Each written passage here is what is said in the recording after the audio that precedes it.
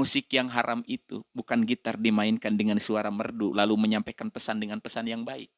Tapi musik yang haram itu adalah ketika Ocon makan pakai sendok, kemudian terdengar ada suara tong treng tong treng. Hmm, Itu jadi musik kan? musik. Kau makan dengan sendokmu terdengar suaranya tong treng, sementara tetanggamu kelaparan, kau biarkan. Itu musik tong treng piring teh haram. Tah. Kalau Lagu nggak apa salah ya. tuh, Pak? Gitu. Tutupan botolmu, tutupan Oh, oplosanmu, sayangi nyawamu. Ini lagu apa nih judulnya? oplosan. Oplosan ya. Oplosan. Tutupan botolmu, tutupan oplosanmu. Bagus nggak lirik lagunya? Secara lirik bagus. Bagus. Kan nyuruh kita menutup minuman Minuman keras. keras. AO, vodka, Mensen, KTI, bir, arak, whisky, brandy, Weh, sampai belum topi miring, topi dengdek, arak betot, komik. Katanya. komplit sekali, Pak. Mantap. Apal, Sampai meh bisa ngajauhan itu oh, nanti. biar bisa menjauhi itu Heeh. ya. Tutupan botolmu, tutupan oplosanmu. Tutup nih. Ini perempuan bernyanyi, nyuruh kita nutup minuman keras, nyuruh nutup oplosan. Oplosan. Ari tutup minuman keras tidak ditutup, oplosan tidak ditutup, tapi pas nyanyi bujur jeung buyal kali itu ka dia. Kan itu sama saja mengumbar aurat. Nah, jadi Assalamualaikum warahmatullahi wabarakatuh. Waalaikumsalam warahmatullahi wabarakatuh. Kembali lagi di channel Dakwah Wayang Official dalam acara Ngopi, Ngobrol Perkara Islam. Pada kesempatan ngopi kali ini, kita disaksikan langsung oleh siswa dan siswi yang sedang mengikuti pesantren Ramadan virtual ya. Oleh karena itu kita akan mengadakan satu buah bahasan materi tentang Islami secara virtual. Nah, pada kesempatan kali ini juga kita akan membahas satu buah bahasan mengenai seni dalam perspektif atau sudut pandang Islam. Yang bagaimana kita tahu banyak sekali orang yang mengatakan bahwa seni musik itu haram, seni patung itu haram, atau tidak boleh ada patung di rumah, atau musik tidak boleh dipakai, gitar dan sebagainya. Masih banyak lainnya ya. Nah, kita akan mengumpas tuntas langsung bersama Bapak Ustadz Ramdan Juniarsyah. Assalamualaikum Pak Ustadz. Waalaikumsalam warahmatullahi wabarakatuh. Kumaha damang Bapak? Alhamdulillah sehat. Alhamdulillah ya. Adik-adik mudah-mudahan juga di rumah sehat-sehat ya. Siswa-siswi juga mudah-mudahan sehat. Amin ya Allah. Nah, Pak, pada kesempatan kali ini kita diberi tugas atau akan membahas satu buah bahasan mengenai seni dalam perspektif Islam. Seni dalam perspektif Islam. Islam Ya. atau sudut pandang dalam Islam tuh seni itu seperti apa gitu ya. Oke. Nah, yang kita tahu itu Bapak, seni itu kan banyak sekali cabangnya ya, Pak. Banyak. Banyak sekali, ada seni musik, seni ukir dan lain sebagainya. Nah, dan bahkan banyak juga orang mengatakan bahwa seni itu haram katanya, Pak. Nah, menurut Bapak sendiri nih, menurut Bapak pribadi, seni itu apa sih gitu? Satu kata deh, jangan banyak-banyak. Menurut Bapak seni itu apa? Satu kata tentang seni, Uh-huh. indah. Indah. Kalau menurut Ocon, apa itu seni? Satu kata. Satu kata. Menurut kata seni, menurut saya itu adalah unik. Seni itu unik. Unik. Ya. Seni itu unik. Indah, unik. Mungkin ada orang ditanya pendapatnya bisa beda lagi. Bisa berbeda. Nah, namun coba kita merujuk ya. Merujuk. Ini ada definisi seni dalam ensiklopedia Indonesia. Oh, apa katanya? Seni itu adalah penjelmaan rasa indah yang terkandung dalam jiwa manusia. Penjelmaan rasa indah yang terkandung dalam jiwa manusia dilahirkan dengan perantaraan alat komunikasi ke dalam bentuk yang dapat ditangkap oleh indera. Ada indera pendengaran, maka nanti ada seni suara. Seni suara. Termasuk musik di dalamnya. Betul. Ada indera penglihatan. Maka nanti ada seni lukis, seni ukir. Oh, seni kriya gitu ya, Pak. Ada juga yang ditangkap dilahirkan dengan perantara gerak. Maka nanti ada seni tari, seni teater, seni drama dan lain-lainnya. Tapi itu semuanya adalah penjelmaan dari rasa indah yang terkandung dalam jiwa manusia. Nah, maka tadi saya katakan satu kata tentang seni apa? Indah. Indah. Gitu. Karena memang seni itu memang membuat indah segalanya ya, Pak. Indah segalanya. Gitu. Nah, itu kan menurut ensiklopedia nih. Sekarang bagaimana seni dalam sudut pandang Islam? Oke. Seni dalam perspektif Islam. Dalam perspektif Islam. Kalau dalam sudut pandang Islam kita kembalikan ke sumbernya sebenarnya. Betul. Sumbernya ada Quran, ada hadis, ada pendapat para ulama gitu ya. Betul. Yang pertama, kalau tadi berbicara tentang seni itu adalah indah, maka seni ini adalah fitrah manusia. Fitrah jadi seni Fitrah. itu. Karena ekspresi keindahan ini akan sejalan dengan naluri manusia. Siapa manusia yang tidak mau hidupnya indah? Oh, pasti mau semuanya ya. Ocon, ini kopiahnya bagus, Wis. bajunya rapi, indah kelihatannya. Indah. Naluri kita kan. Di rumah ditata serapih mungkin, seindah mungkin. Kita memandangnya juga kan enak gitu. Betul. Cewek pakai jilbab bagus, rambutnya disisir yang laki-laki ya. Matching sadayana, eta indah gitu. Itu sejalan dengan naluri manusia gitu. Nah, agama ini adalah agama yang sejalan dengan fitrah manusia gitu. Yang kedua, Allah itu maha indah dan Allah itu cinta dengan yang indah-indah. Innallaha jamilun yuhibbul jamal.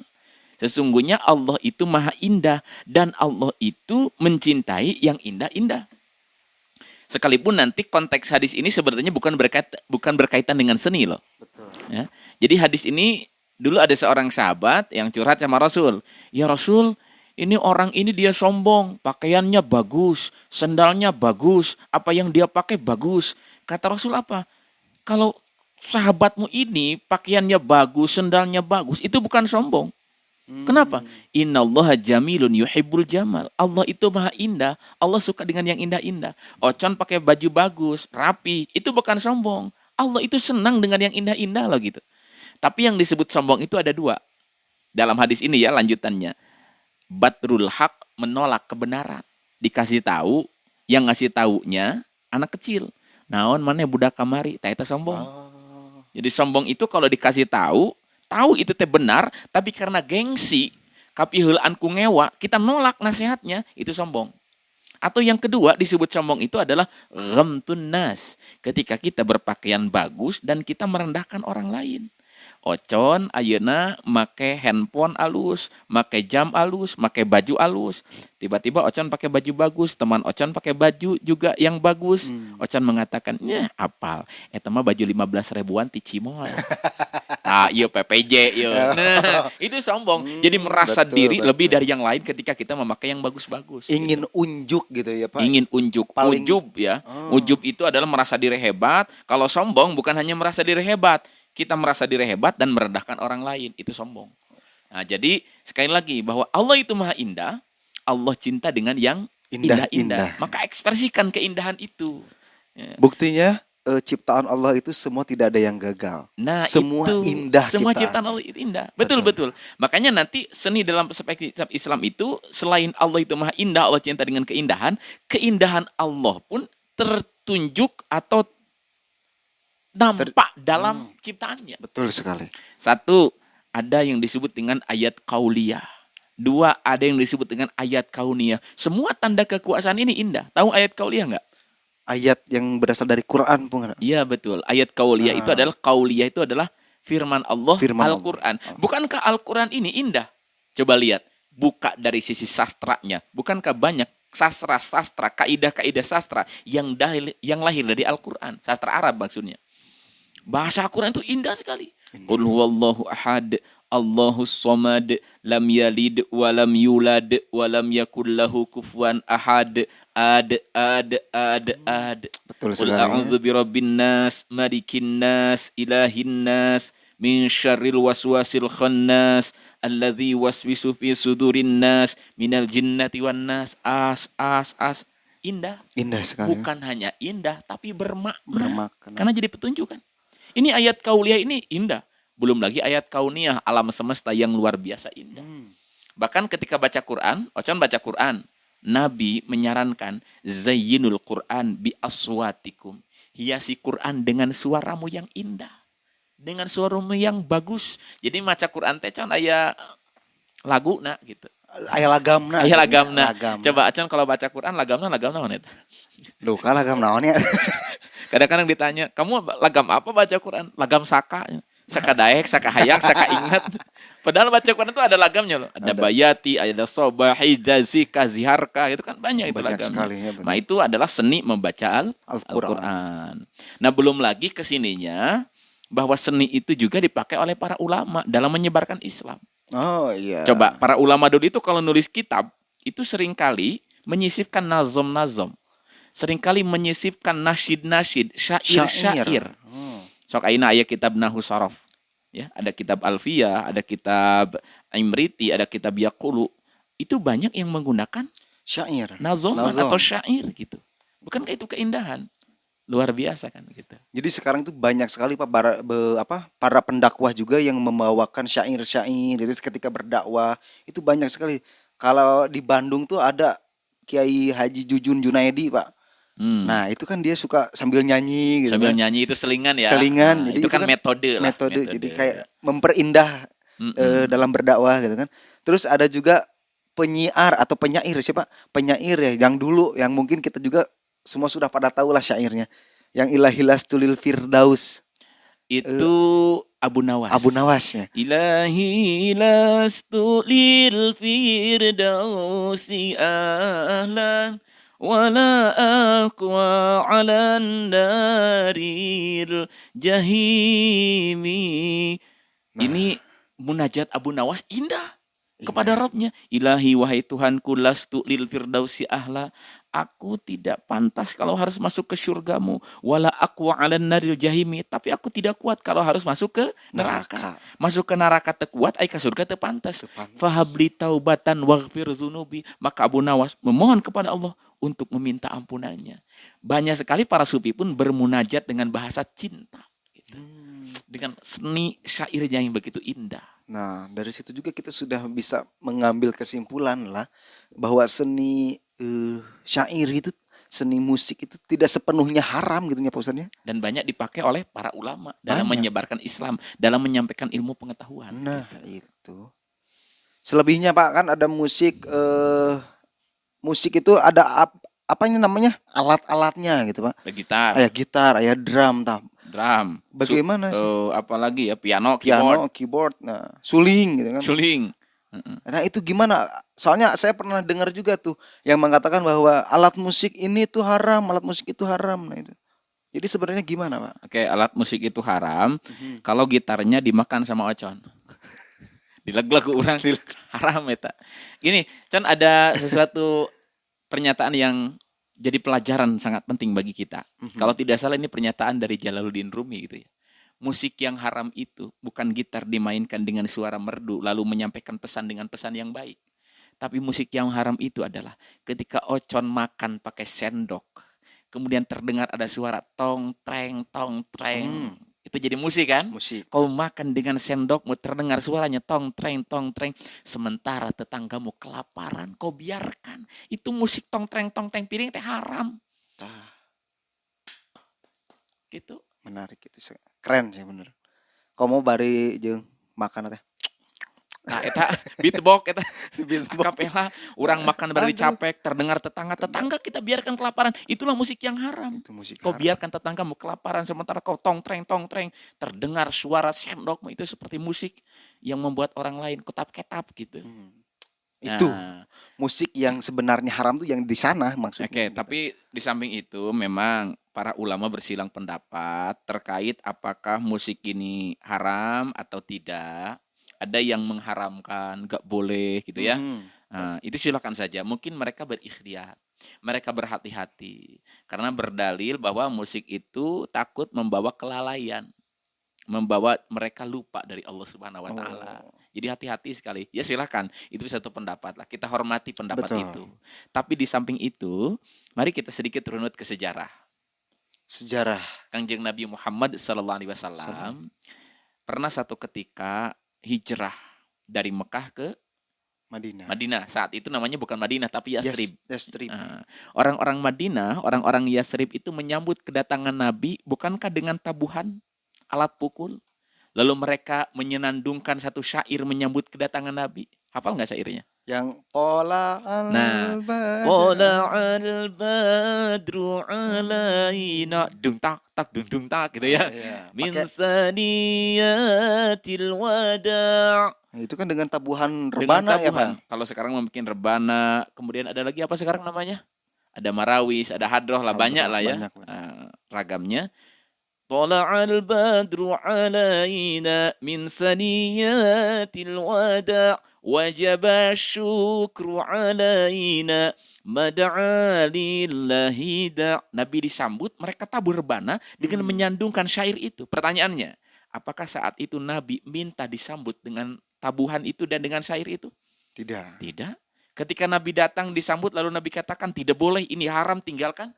Tidak Tidak juga. juga. Artinya apa? Nabi mendiamkan.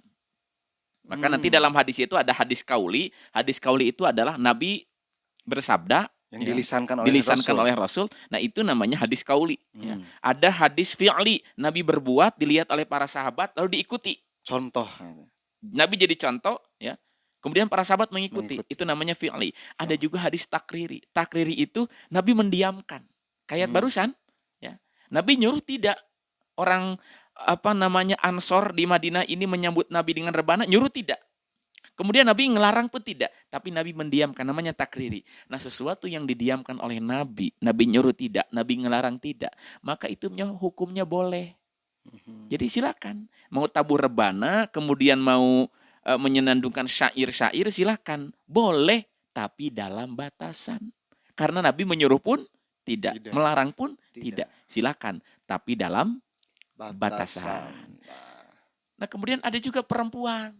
Dulu di zaman Nabi itu ada perempuan bernyanyi. Waktu itu isi syairnya itu sedang memuji-muji para pahlawan yang gugur di medan tempur. Mungkin nama lagu pahlawan lah gitu ya. Nah, lagu jadi perjuangan. Lagu perjuangan lah. Nah, 2 orang perempuan itu bernyanyi. Memang Nabi melarang saat itu, meluruskan. Tapi yang dilarang oleh Nabi bukan nyanyinya, tapi syairnya. Liriknya. Bagaimana liriknya? Wa fina nabiyyun ya'lamu ma fil ghad. Kata mereka, 2 perempuan yang bernyanyi ini, wa fina, dan di antara kami para pahlawan yang gugur itu, nabiyyun, mereka berjuang karena seorang nabi, ya'lamu ma fil ghad. Nabi ini mengetahui akan hari esok. Lalu Nabi melarang, bukan begitu. Aku ini nabi, bukan peramal. Jadi Nabi meluruskan, bukan nabiun ya'lamu ma fil ghad, ganti liriknya. Jadi liriknya memang tidak sesuai dengan ajaran Islam, melenceng, maka Nabi meluruskan. Jadi yang dicarek lahnya menceuk bahasa Sunda mah nu dicarek nate lain musik bukan nyanyinya. Bukan nyanyi dari seorang wanita gitu kan. Iya. Tapi liriknya yang terkandung tidak sesuai, di dalam. Tidak sesuai. Betul. Walaupun ada pertanyaan katanya, Ustadz kalau suara wanita itu aurat atau bukan? Nah, cek acan coba Aina. Ustadz yang nanya nih balik nih. Coba. Suara wanita itu aurat atau bukan? Kalau berpandangan ke yang lain-lain gitu ya Pak. Yang lain-lain kumaha itu maksudnya? Jadi orang lain tuh kebanyakan berbicara bahwa suara wanita itu adalah aurat. Cek acan aurat bukan? Aurat meureun Pak. Aurat. Kalau suara perempuan itu aurat, Ocan nggak boleh ngomong loh dengan perempuan. Karena ketika Ocan ngobrol dengan perempuan, dia menjawab, itu suara jadi aurat kan? Artinya tidak bisa dipukul rata, suara perempuan semuanya aurat.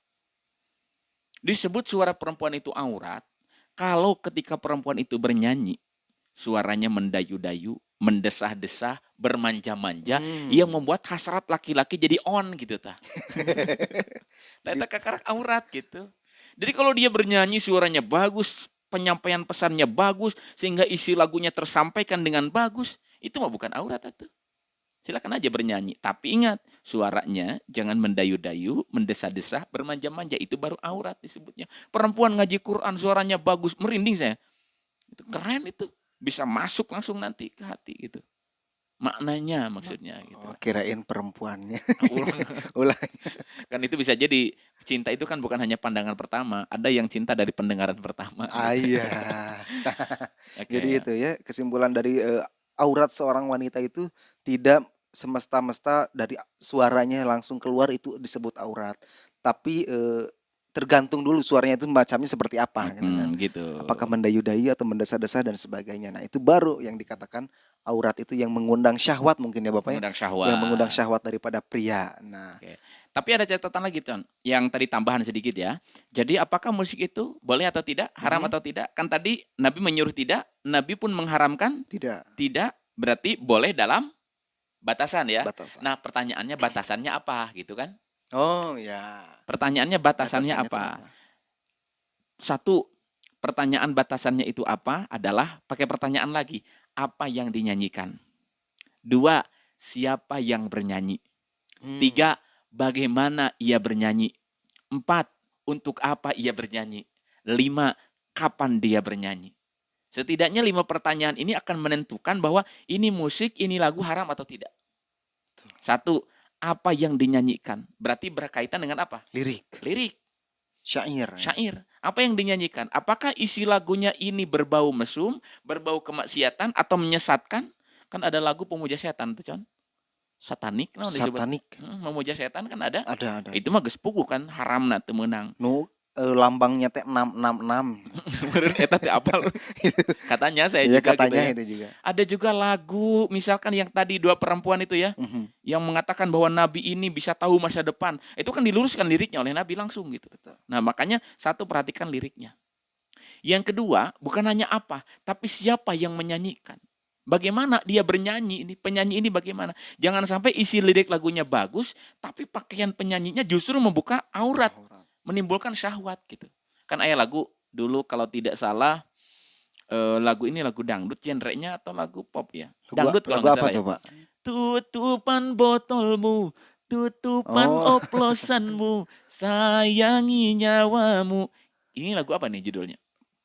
Oplosan. Oplosan ya. Oplosan. Tutupan botolmu, tutupan oplosanmu. Bagus nggak lirik lagunya? Secara lirik bagus. Bagus. Kan nyuruh kita menutup minuman Minuman keras. keras. AO, vodka, Manson, KTI, bir, arak, whisky, brandy, Hehehe. sampai belum topi miring, topi dengdek, arak betot, komik. Ya. Komplit sekali, Pak. Mantap. Apal, meh bisa ngajauhan. Oh, biar bisa menjauhi itu ya. Tutupan botolmu, tutupan oplosanmu. Tutup nih. Ini perempuan bernyanyi, nyuruh kita nutup minuman keras, nyuruh nutup oplosan. Oplosan. Ari tutup minuman keras tidak ditutup, oplosan tidak ditutup, tapi pas nyanyi bujur jeung buyal kali itu ka dia. Kan itu sama saja menggambar aurat. Betul. Nah, jadi bukan hanya apa yang dinyanyikan, tapi siapa yang bernyanyi. Nggak boleh buka aurat. Yang kedua, nggak boleh ikhtilat. Ikhtilat itu? Ikhtilat itu terlampau bercampur antara laki-laki dan perempuan sehingga menimbulkan syahwat lagi tadi. Oh. Ari duet matenana semacam duet lah gitunya, yang tidak terlampau berikhtilat, berpegangan dan lain sebagainya itu teu naon. Tapi kalau sudah berikhtilat, nah itu bercampur beda rasa lah kita gitunya. Mau bari nyawer gitu. Kamu bari bujur gue tak Utak disawer. gitu. Nah, itu udah nggak boleh. Nah, itu yang mengharamkan itu di sana. Nah, gitu di sana gitu letaknya. Jadi apa? Siapa? Kemudian bagaimana penampilannya itu? Steril tidak nih panggungnya. Jangan sampai ongko nyanyi, isi pesannya bagus, tapi ketika nyanyi nyandak anu haram teh ya. Bari Tutupan minuman botolmu cenah bari kieu. Nah, pernah saya satu ketika ngantar anak-anak ceritanya ke bukan PPJ, apa sih Ciamplas teh, Ciwok. Ciwok. Nah, di Ciwok itu ada perlombaan. Perlombaannya adalah perlombaan siswa, ada yang nari Islami, ada yang nyanyi Islami. Tiba-tiba ada bintang tamu. Waktu itu mungkin artis lokal ya. Nah, artis lokalnya tampil bagus, Con, laguna bulan Ramadan iya. Naon cik? Laguna teh tentang Lailatul Qadar.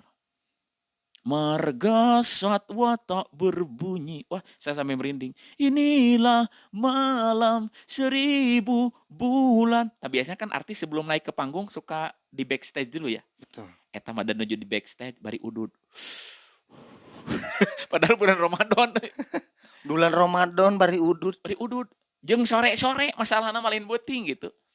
Nah, ini kan akhlak penyanyinya juga harus diperhatikan. Makanya ada istilah, kalau tidak salah kata almarhum Abah Haji Asep Sunandar Sunar ya, it's not the song but the singer behind the song. Mohon maaf kalau istilahnya salah ya.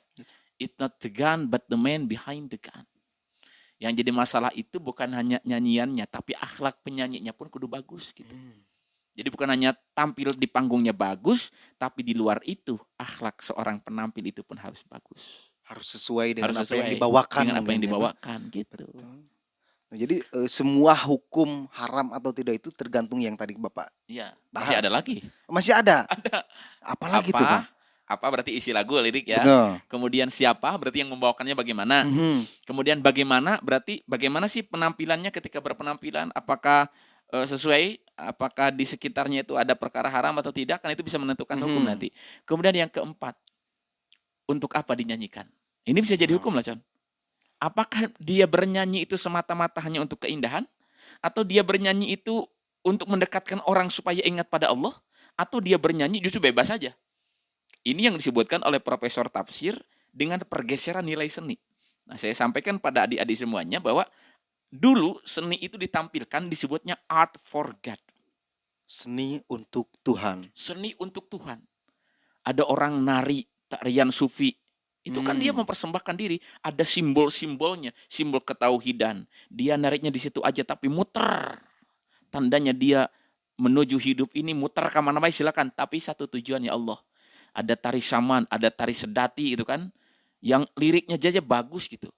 Nah, kemudian ada yang disebut dengan apa tadi? Art for God. Dia seni dipertunjukkan untuk mendekatkan orang pada Tuhan. Ayat lagu religi. Banyak. Ada lagu dari almarhum Chrisye kalau tidak salah ya. Akan datang hari mulut dikunci, kata tak ada lagi. Akan tiba masa tak ada suara dari mulut kita. Ini menggambarkan hari kiamat nanti bahwa akan datang hari mulut dikunci. Kemudian akan tiba masa tak ada suara dari mulut kita. Berkata tangan kita. Lalu yang berkata siapa? Tangan kita. Ini sesuai dengan ayat Quran. Al-yauma nakhtimu ala afwahihim wa tukallimuna aydihim. Di hari kiamat mulut kita digembok. Yang ngomong nanti tangan, bukan tangan bisa ngomong halo gitu. Tapi yang ngomong tangan itu maksudnya perbuatan kita, catatan amal dibeberkan, dibuka tadi poe kiamat gitu. Ini kan isi lirik lagu yang menyampaikan nilai-nilai Quran gitu. Ini yang disebut dengan art for God, seni untuk mendekatkan orang pada Tuhan. Tapi yang kedua, Con. Art for beautiful. Seni untuk keindahan. Jadi sahabat menyampaikan nilai-nilai seni ini, menampilkan seni ini untuk mengekspresikan keindahan. Kenapa engkau ngalagu, bernyanyi? Aku ingin mencurahkan apa yang ada di hatiku. Dia galau putusnya. Ngalagu ya. Tak pernahkah kau sadari, akulah yang kau sakiti. Bermelau-melau. Bahkan kadang-kadang nyanyi atau dengerin headset, dia seakan-akan jadi bintang klip itu. Jadi artis video klip. Jadi artis video klip nah gitu ngabayangkeun gitu ya. Dihayati ya. Itu namanya art for beautiful. Ada juga yang terakhir disebutnya art for art. Kalau art for beautiful itu masih normatif lah, masih dalam tataran norma yang ada, nggak melenceng dari aturan agama. Yang bahaya kalau sudah art for art. Apa art for art? Seni untuk seni. Seni untuk seni artinya seni yang diatasnamakan untuk mengekspresikan kebebasan jiwa. Pokoknya nama lepas din agama, pisahkan seni dengan agama. Udah kalau bicara seni tong mamawa agama. Nah ini art for art mendikotomikan, memisahkan antara seni jeung agama, iya bahaya. Seperti ada yang mengatakan gini Pak, seni mah jeung agama geus bertolak belakang gitu. Nah, itu salah. Itu yang salah. Justru kita ini punya grup dakwah ya. Justru kita punya moto apa? Ngamumule budaya nanjirkeun agama. Budaya dimumule keur naon nanjirkeun agama. Agama sing jadi panungtun keur budaya ieu gitu. Nah, itu. Jadi ulah dipisahkeun. Harus disatukan, harus disinkronkan. Justru para wali dulu menggunakan seni ini sebagai jalan untuk media dakwah yang saya sebutkan tadi art for God gitu. Jadi tong dipertolak belakangkan. Udah bisa kan kalau seni mah seni wae. Itu yang disebut dengan art for art, seni yang diatasnamakan untuk kebebasan diri. Eta bahaya lah mutos gitu, Con. Con ayeuna misalkan buat kaligrafi Quran. Bagus apa tidak, Con? Bagus. Itu namanya art for God. Dia seni supaya orang bisa baca Quran. Ya. Jadi tulisannya bagus, indah kan. Tapi ada juga, Ocon misalkan, buat lukisannya lukisan alam. Ocon kenapa melukis alam ini? Pokoknya nama indah gitu. Saya ingin mengekspresikan saja keindahan ini, alam ini. Itu namanya art for beautiful, seni untuk keindahan. Tapi dokati nu paling bahaya, seni yang di atas namakan art for art. Ocon tiba-tiba ngagambar di tukangan mobil truk, aya perempuan setengah talanjang. Bari eta teh. Perempuan bari ngagoler, na tukang truk digambar. Bari tulisanna teh paragu. Cos leos. Aduh. Wiyos tilas tapi raos. Kutunggu jandamu. Tah eta ditanya tanu ngalukisna. Akang naha mending ngalukis teh nu karara itu atuh tukang truk. Pan teu meunang haram. Ini seni. Itu seni yang di atas namakan. Keluar dari nilai-nilai agama. Coba atuh lain lamun tukang truk, Con. Ocon nulis Bismillahirrahmanirrahim. Eta nu tukangan mobil truk nyupiran teh maca bismillah wae kan. Eta nu ngagambarna meunang pahala kabayang teh, Con. Coba Ocon ayeuna di tukangan mobil urangnya nulis sholawat Allahumma sholli ala sayyidina Muhammadin. Eta nu tukangan mobil orang, motor, mobil, sabar hiji tukangan mobil orang. Tiap ningali mobil orang, maca sholawat dina hatena. Allahumma sholli ala sayyidina Muhammadin. Kabagean ta pahalana. Daripada tadi art for art. Batur ngagambar perempuan setengah telanjang, tiba-tiba terbesit di pikiranna hayang buru-buru. Nauzubillahi min zalik ya. Kalau sampai berbuat zina gara-gara lihat foto itu gitu. Jadi dilihat dulu gitu. Dilihat dulu ya. Nah, ini sudah berapa tadi? Ini poinnya banyak ya. Ya, jadi disebut haram itu nanti tergantung apa, siapa, apa berarti tentang lirik. Siapa berarti tentang siapa yang menampilkannya ya. Kemudian bagaimana isi penampilannya, untuk apa ditampilkan. Nah, kemudian kapan ditampilkannya. Tadi lagu-lagu bagus nggak, Con? Bagus. Banyak liriknya bagus, penampilnya bagus. Kemudian tujuannya juga untuk mengajak orang ke jalan Allah. Tiba-tiba bari nyanyi teh. Nyanyi reggae, non contohnya misalkan. Ingat mati, ingat sakit, ingatlah saat kau sulit. Karena nyanyi gitu tiba-tiba suara azan datang. Allahu Akbar, Allahu Akbar. Ingat. Ya weh hantem nyanyi, kan itu nggak bagus. Jadi waktunya harus... Ingat waktunya iraha. Datang waktu azan, stop latihan. Datang waktu azan, stop penampilan. Bukan berarti kayak gas adan teruskan deui. Sholat. Setelah itu silakan. Anda yang berprofesi sebagai seniman, berprofesi sebagai penyanyi, sebagai panabuh. Nah, panabuh itu disebut? Nayaga, silakan. Tapi waktu azan datang, stop semuanya itu. Panggilan Allah lebih diutamakan daripada panggilan hawa nafsu. Gitu. Jadi harus tahulah mana yang lebih penting. Apakah mementingkan Allah atau Tuhan, atau mementingkan dunia karirnya. Gitu. Dari dunia mah moal puas. Moal tungtungna gitu. Ngudag dunia mah moal cukup. Jadi kalau sekarang Ocer ngudag dunia, kejar tuh dunia, dapat atau tidak? Nggak akan dapat. Oh, Ustaz saya dapat. Kalau Anda kejar dunia, Anda dapat. Oke, Anda dapat. Nggak akan banyak, sok. Bisa dihitung lah. Orang menang sabarasi tina dunia. Nggak akan banyak. Oh, Ustaz saya banyak, rumah bertingkat, uang berlipat, mobil kewah mengkilat, sawah kebon marabat, empang singkaro cepat, lalu banang lauk sepat. Saya punya banyak di dunia. Oke, Anda punya banyak dunia, tapi tidak akan pernah puas. Geus loba tah, tapi moal pernah puas. Betul tidak? Betul sekali. Sudah punya mobil bagus, lihat tetangga lebih bagus, lirik hayang deui tah. Handphone sudah bagus, lihat yang lain ada keluaran baru deui S2 hiji enak. Hayang deui wae, enggak akan pernah puas. Ustadz saya sudah puas dengan dunia ini. Anda sudah puas, Anda sudah punya banyak. Tapi kalau urusan dunia nggak akan kekal selama-lamanya. Pasti ditinggalkan. Pasti gitu. Leungit. Beda jeung amal solehnya banyak. Jeung amal soleh beda. Gitu teman-teman ya. Jadi pembahasan mengenai seni musik itu. Banyak hal.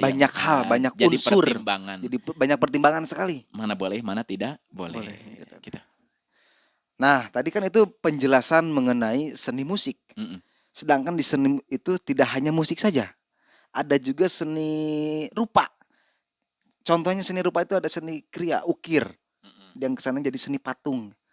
Nah, saya juga pernah mendengar, Pak. Soalnya seni patung itu nggak boleh. Katanya menaruh patung di rumah. Haram. Karena berhala itu kan haram, nggak boleh. Nah, itu bagaimana dalam perspektif Islam? Memang dulu berhala itu dilarang. Kenapa? Karena disembah. Zaman paganisme kan, penyembahan berhala. Karena orang waktu itu ada yang disebutkan animisme kan, ada yang disebut dengan dinamisme. Animisme itu adalah kepercayaan pada roh nenek moyang yang punya kekuatan gaib, namanya animisme. Nanti dinamis, berkembang tuh. Jadi roh itu ternyata tidak gentayangan. Mereka yakin bahwa roh nenek moyang itu bersemayam di satu tempat. Ada di batu, ada di pohon, bahkan sampai dibuatkan patung-patung nenek moyangnya sampai disembah. Orang-orang suci itu sampai disembah. Nah, itu yang tidak boleh seperti itu. Dulu itu kan awal dari penyembahan terhadap berhala itu ada nenek moyang yang soleh, mereka buat patungnya. Mereka nyembahnya ke Allah, tetap mereka nyembahnya ke Allah gitu, tapi melalui perantaraan patung ini. Itu yang disebut dengan syirik, nggak boleh. Maka patung dilarang itu adalah kalau tujuannya untuk disembah. Jadi tergantung tujuannya kenawan. Karena memang dalam Al-Quran pun, ini kata Profesor Quraisy Shihab, di Quran surah Ali Imran misalkan, Nabi Isa alaihi salam pernah membuat satu tanah liat di emplet. Lain kerajinan, ya bisa disebut kerajinan lah ya. Tapi ini untuk membuktikan kekuasaan Allah loh. Inni akhlukum kahai'atit thairi minat tin Sesungguhnya aku telah menciptakan untukmu semuanya kahaiatit thairi minatin, seperti bentuk burung dari tanah. Jadi lamun aya nama tanah liatnya dijieun siga burung. Kan itu patung juga sama. Di peleret mah meureun aya mamaungan lah gitu nya. Aya Dodombaan ya. dodombaan, aya hayaman. Kan itu Iya, patung iya. juga sama. Tapi ini terkait dengan untuk menunjukkan tanda kekuasaan Allah. Begitupun dengan Nabi Sulaiman alaihi salam. Nabi Sulaiman memerintahkan jin-jinnya di Quran surah Sabah ayat 13, ya'maluna lahu ma yasha'u min mahariba wa tamatsila. Jadi jin-jin ini disuruh untuk membuat gedung tinggi dan patung-patung. Nah, kemudian tapi bukan untuk disembah ya. Nah, kemudian Nabi Ibrahim alaihissalam memecahkan patung-patung. Ingat nggak kisahnya? Ya, Jadi ada 9 patung kalau tidak salah miliknya Raja Namrud ya, Namrud. dengan pasukan-pasukannya. Jadi tiap waktu masyarakatnya nyembah karena salapan patung eta dari yang terkecil sampai yang Terbesar. besar. Tak Nabi Ibrahim eta patung teh kan dihancurkan. Tapi Nabi Ibrahim menyisakan patung yang paling besar. Tadi dihancurkan kan ku Nabi Betul. Ibrahim, malah si kampak untuk hancurkan teh kan digantungkan tah di patung yang besar. Kenapa tidak dihancurkan yang patung paling besar itu? Bukan untuk disembah, tapi supaya patung ini jadi dalil untuk mengalahkan argumentasi Raja Namrud gitu. Jadi patung ini adalah apa ya? Kreasi ya, tapi tujuannya bukan untuk Disembah. disembah. Tapi hati-hati, kalau di satu masyarakat masih kayak eno gitu, berarti haram kan tetap gitu. Haram. Tetap kalau tujuannya untuk disembah atuh. Berarti Nong tong patung lagi ya, Con. Batu akik kumaha hukumna tah? Sarua kan batu akik kok. oke. Lamun batu akik percaya yuk aya usian ya. Ya mau Gerbeg ge ya gitu Gerebeg, tah. Con. Hati-hati tong itu. dibawa ke WC jangan bisi leungit. Bisi lah dan lain sebagainya lah. Itu perkara-perkara mistis yang disebut dengan dinamisme, percaya roh nenek moyang bersemayam di satu tempat punya kekuatan, itu hati-hati, nggak boleh. Bisa jadi syirik oke hukumna. Gitu. Jadi pada intinya penciptaan karya seni itu tergantung daripada tujuannya, Salah satunya adalah tergantung dari apa bentuknya, bentuknya. apakah bertentangan atau tidak. Yang kedua untuk apa tujuannya. Nah, Ya, kalau Kalau- terkait seni musik tadi ada kriterianya ya. Mhm. Itu yang saya sampaikan itu pernah dilansir juga. Saya baca pernah dari pendapat Syekh Yusuf Qaradawi. Nah, gitu. Nah, jadi buat teman-teman semuanya yang telah menyaksikan video ini, semoga mendapatkan manfaat dari apa yang kita bicarakan. Amin amin ya rabbal alamin. Soalnya seni itu indah, Indah. agama itu membuat kita jadi terarah. Ada istilahnya ya. Iya, Dengan seni hidup hidup indah, indah. Dengan agama hidup hidup terarah. terarah. Dengan cinta hidup bergairah. Nah, itu Tanpa dia. seni hidup kasar, tanpa agama hidup kesasar, tanpa cinta hidup gemetar, Betul. tanpa ekonomi hidup lapar. Matak anggarnya buat para seniman bisi yang tadinya ragu bahwa seni itu haram atau tidak, sekarang sudah ada jawabannya. Tong nepikeun ka teu jadi nabeuh karena sieun haram, ngantepkeun beuteung karena lapar jadina ekonomina da eueuh. Nah, ini mah sok mangga rabuh deui. Tapi kriterianya tadi Kriteria ya tetap harus dijaga, gitu dijaga. kan. Yang tadi kata Pak Ustadz apa yang sudah disampaikan tetap dijaga. Intinya jangan sampai melalaikan apa yang menjadi kewajiban demi untuk berseni-senian gitu ya Pak ya. Nah, dan tujuannya seni itu untuk apa? Itu dipertanggungjawabkan lah ya. Tong Ya. nepikeun ka seni diciptakan untuk bersembah, untuk mensembah atau untuk membelokkan keyakinan bahwa jika seperti tadi batu akik seni ayaan kita itu sudahlah Itu mah nggak boleh tuh syirik ya. syirik itu mah ya. Kalau para sahabat dulu mengatakan pedang ini adalah sarana untuk berjihad, Mhm. Roma Irama mengatakan gitarku adalah pedangku dalam berjihad. Itu. Mungkin yang punya keyboardku adalah pedangku dalam berjihad. Nah. Yang punya kacapiku adalah saranaku untuk berjihad. Nah. Silahkan, seni itu adalah bahasa yang mendunia, bahasa yang mengglobal. Dengannya kau bisa menyampaikan ayat-ayat Tuhan kepada manusia. Nah, jadikan alat seni itu sebagai berdakwah bagi kalian ya. Amin ya rabbal Soalnya alamin. banyaklah cara berdakwah itu, tidak hanya seperti mubalik yang pandai berbicara. Soalnya kita juga sebagai pelaku seni yang bisa memainkan alat musik, bawa alat musik itu ke jalan dakwah Insya untuk Allah. lebih menuju ke barokah gitu ya Pak ya. Hmm. Mungkin sebelum ditutup ada satu patah dua patah kata yang akan disampaikan kepada siswa dan siswi yang sedang menyaksikan. Baik, silahkan bagi siswa-siswi khususnya di SMK 10 Bandung, silahkan Anda perdalam ilmu tentang seni, atau yang kedua Anda juga mengasah skill Anda dalam Hmm. bidang seni, mau seni suara, mau seni musik dan yang lain sebagainya, tapi pertanggungjawabkan apa yang Anda tampilkan bukan hanya di dunia kepada manusia, tapi terlebih di akhirat kepada Allah Subhanahu wa taala. Jadikan ini sarana untuk mengekspresikan keindahan dan juga jadikan sarana untuk mendekatkan orang supaya makin sadar dengan kebaikan, supaya orang makin dekat dengan Allah Subhanahu wa taala. Itu dia quotes dari Pak Ramdan. Mungkin cukup sekian ya Bapak ya. Terima kasih. Terima kasih kepada siswa dan siswi yang sedang mengikuti pesantren Ramadan. Sampai berjumpa di lain waktu, di lain kesempatan, dan di pembahasan-pembahasan yang akan datang. Akhir kata, Assalamualaikum warahmatullahi wabarakatuh.